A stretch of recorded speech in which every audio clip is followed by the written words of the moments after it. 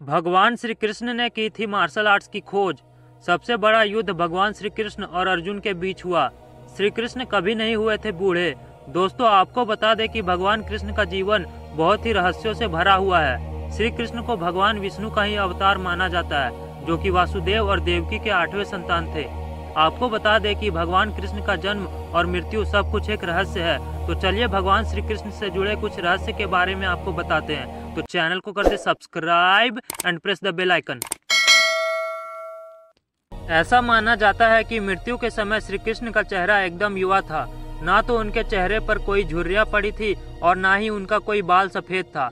इसके अलावा श्री कृष्ण के शरीर से एक अद्भुत सुगंध निकलती थी, जो कि किसी को भी अपनी ओर आकर्षित करती थी। दोस्तों, ऐसा कहा जाता है कि भगवान श्री कृष्ण की 16,000 पत्नियां थी। तो आपको बता दें कि श्री कृष्ण की 16,000 नहीं बल्कि केवल 8 पत्नियां थी। ये 16,000 वो कन्याएं थी जिसे एक असुर ने बंदी बनाकर रखा था।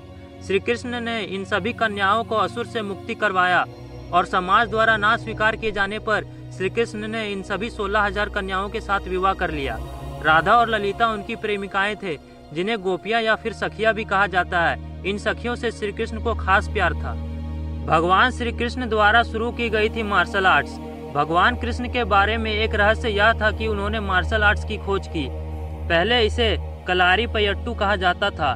इस कला के माध्यम से वह चाणूर और मुष्टिक राक्षसों को मारने में कामयाब रहे जब वह केवल 16 वर्ष के थे। कहा जाता है कि भगवान कृष्ण ने मार्शल आर्ट की खोज ब्रिज के जंगलों में की थी। उनकी नारायणी सेना ये सभी कौशल जानती थी और इसलिए भी उस समय की सबसे खतरनाक सेना नारायणी सेना ही थी। भगवान कृष्ण का बचपन गोकुल, वृंदावन और नंदगांव जैसे जगहों पर बीता था। कंस का वध करने के बाद उन्होंने अपने माता पिता को कंस के कारागार से मुक्त कराया और जनता के अनुरोध से मथुरा का राजभार संभाला था। उसके बाद भगवान श्री कृष्ण ने द्वारका में अपना निवास बनाया था।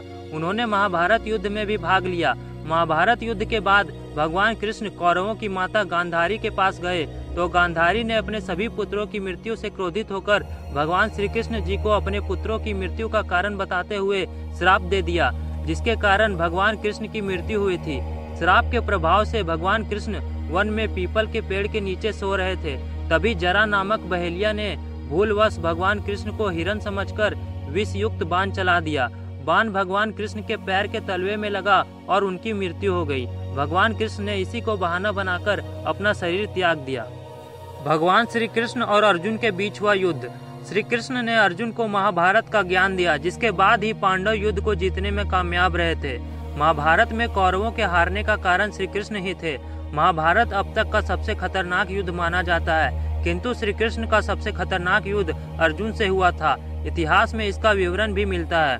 भगवान श्री कृष्ण के जीवन का सबसे भयानक युद्ध सुभद्रा की प्रतिज्ञा के कारण अर्जुन से हुआ था, जिसमें दोनों ने अपने अपने सबसे विनाशक शस्त्र सुदर्शन चक्र और पशुपतास्त्र निकाल लिए थे। बाद में देवताओं के हस्तक्षेप से दोनों शांत हुए।